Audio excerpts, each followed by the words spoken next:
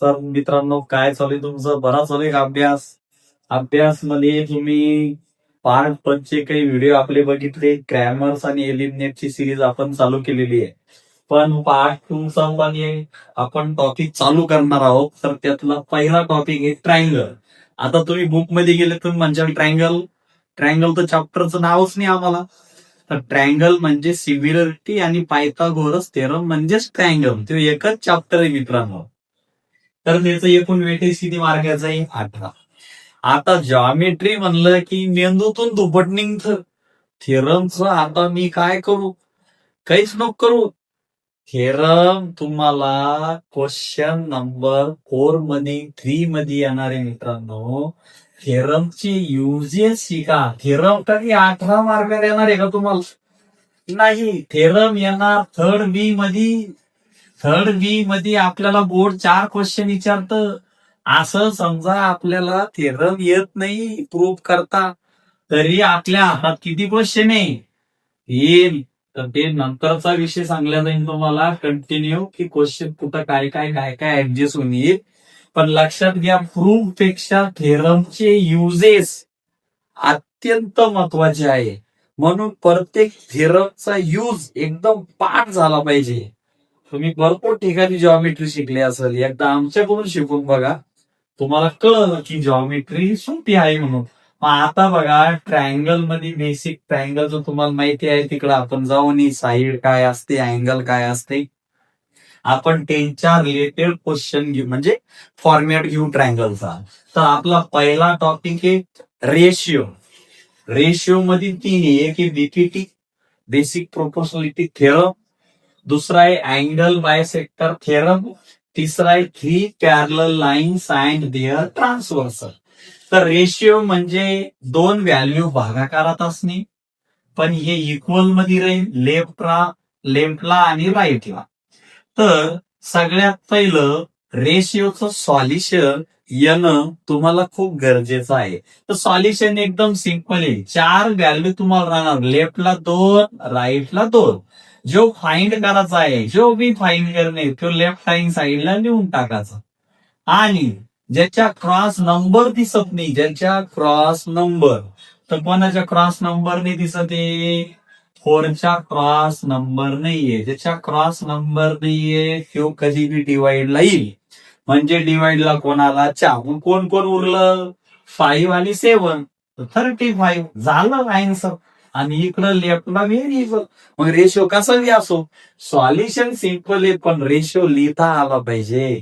मग पहिला एक डीपीटी यूज लक्षात ठेवा. डीपीटीचा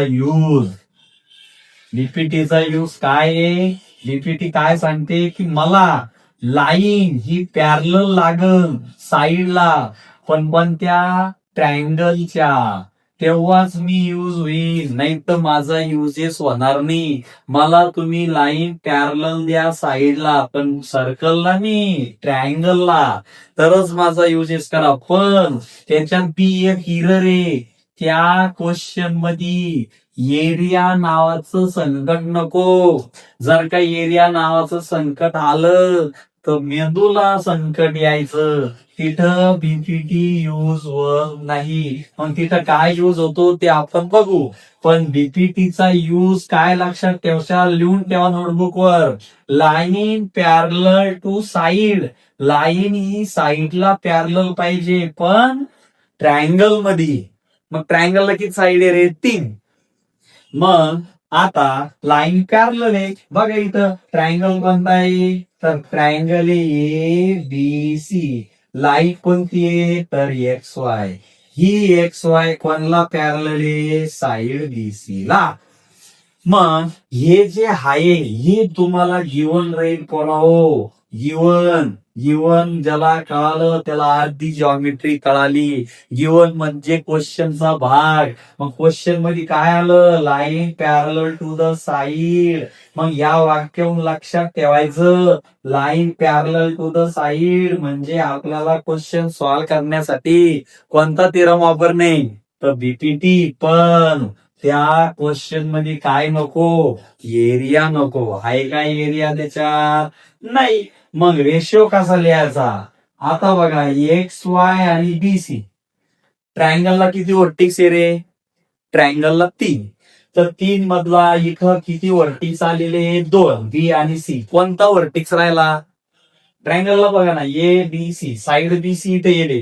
कोणता व्हर्टिक्स राहिला? ए. मग ए कडून रेशो लिहायचा. मग ए कडून पहा, ए एक्स बाय एक्स बी बराबर ए वाय बाय वाय सी झाला रेशिओ. जर का हा ट्रायंगल असा आला, जर इथं ए बी सी आणि लाईन इथून आली एक्स आणि वाय, तर कोणत्या पॉइंट रे? लाईन कोण साईड कोणती झाली आता? A B. मग कोणता पॉइंट राहिला? सी. मग सी कडून रेशो लिशाल काय येईल? C X by X A, C Y by Y B झाला तुमचा रेशिओ. रेशिओ चुकायला नाही पाहिजे, रेशिओ एकदम डॉट टू डॉट यायला पाहिजे. तर कोणाचा युजेस शिकलो आपण? बीपीटीचा. कधी युज करायचा? Line parallel to the side of a triangle by using BPT. Left hand side, right hand side. राहिला सॉल्युशनचा प्रश्न. समजा याचं माप 5 आहे, याचं 6 आहे, हा तुम्हाला फाईंड करणे, याचं 3 आहे. तर कोणाचा क्रॉस नंबर नाहीये? त्याच्या क्रॉस नंबरनी ते लिहून टाका. कोणाच क्रॉस नंबर नाही? 6च्या इकडे लिहा. 550 झाला आन्सर. याला 2 ना भाग, 3 ना भाग 5/3 तुमचा 6 झाला तुमचा. युजेस आले पाहिजे, युजेस खूप गरजेचे. दुसरा कोणता आहे? तर दुसरा आहे अँगल बायसेक्टर थिअरम. याच्या नावातच सगळं आहे, काही तिच्या नावातच असतं सगळं. अँगल मला बायसेक्ट द्या तरच युज होईल. मग इथं ट्रायंगल कोणता आहे? A B C. अँगल कोणता बायसेक्ट आहे? Angle C is bisect of a triangle. कोणत्या ट्रायंगलचा बायसेक्ट येतो? A B C. मग आता तुम्ही म्हणशाल इथं रेशिओ कसा लिहायचा? ही बघा डिवाइड साईड तुम्हाला दिसून आली. कोणता अँगल बायसेक्ट आहे? सी. म्हणजे कोणती साईड डिवाइड असणार? A B. तर इथं पहिला पार्ट तयार होतो एडीचा, दुसरा पार्ट तयार होतो बीडीचा. राहिला इकडचा रेशिओ. पहिली साइड कोण? एसी, दुसरी साइड कोण? बीसी. इकडचा पॉइंट कोणता आहे? ए. इकडचा बी कोणता आहे? ए. सारखाच यायला पाहिजे, वेगळा नाही. वेगळा आला तर ते सॉल्युशन चुकून जात असतं.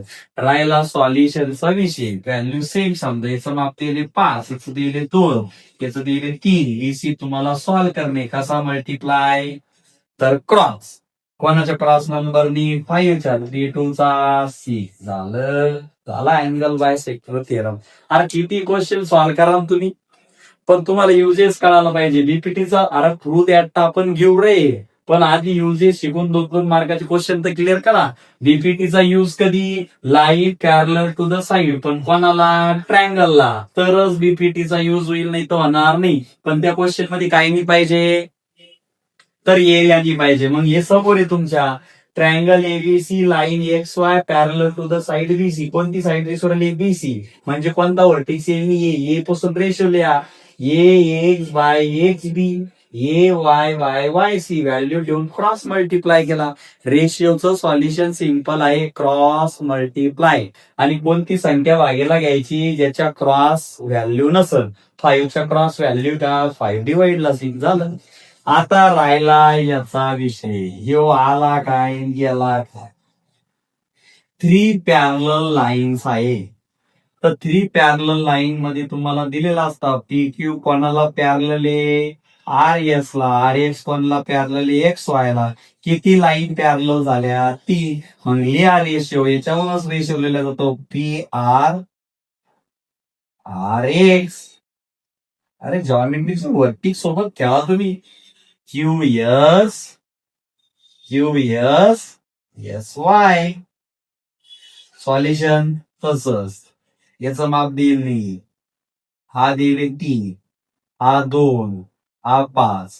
कोणाच्या क्रॉस नंबर नाहीये? 5च्या. 5 डिवाइड लाईन. 3 2 6. व्हॅल्यू कशा येऊ शकतात, काही अडचण नाही. ट्रायंगलच्या पहिल्या टॉपिक मध्ये आपण काय म्हणजे कशाचं डिस्कशन केलं मित्रांनो? तर ratio, BPT, line parallel to the side, angle bisector theorem, 3 parallel line. त्याचा युजेस कळाला सगळ्यांना. कधी युज करायचा? Line parallel to the side. Angle bisector त्याचं नावाचं स्केच आहे. क्वेश्चन मध्ये अँगल इज बायसेक्ट राहील, लाईन पॅरलल असली बीपीटी, अँगल बायसेक्ट असला अँगल बायसेक्टर थेरम, 3 पॅरलल असला 3 पॅरलल लाईन. तर रेशो कसा येईल, लेफ्टचा लेफ्टला राईटचा राईटला. पॉइंट बाय याचा बनता येतं ट्रायंगलचा. हे पण इथं सांगितलं बघा मी तुम्हाला. जर का असा फॉर्मॅट आला, असा फॉर्मॅट आला, या पद्धतीनं जर का फॉर्मॅट आला तर लगेच कळालं पाहिजे तुम्हाला कुठून रेशो लिशाल रे, कुठून रेशो येईल. बी कडून B X by X C, B Y by Y C. डोळे असे ट्रेन झाले पाहिजे, ट्रेन. अँगल इकडं बायसेक झाला, हा अँगल बायसेक झाला, हा अँगल बायसेक झाला. काय रेशो येईल रे, AD by DC equal AB by BC झालं. अशा पद्धतीनं तुम्हाला ट्रायंगलचे टॉपिक आपण घेणार आहे. तर 3 युजेस आपले झालेले आहे. याच्यावरती आपण क्वेश्चन नेक्स्ट व्हिडिओमध्ये बघू. थँक्यू.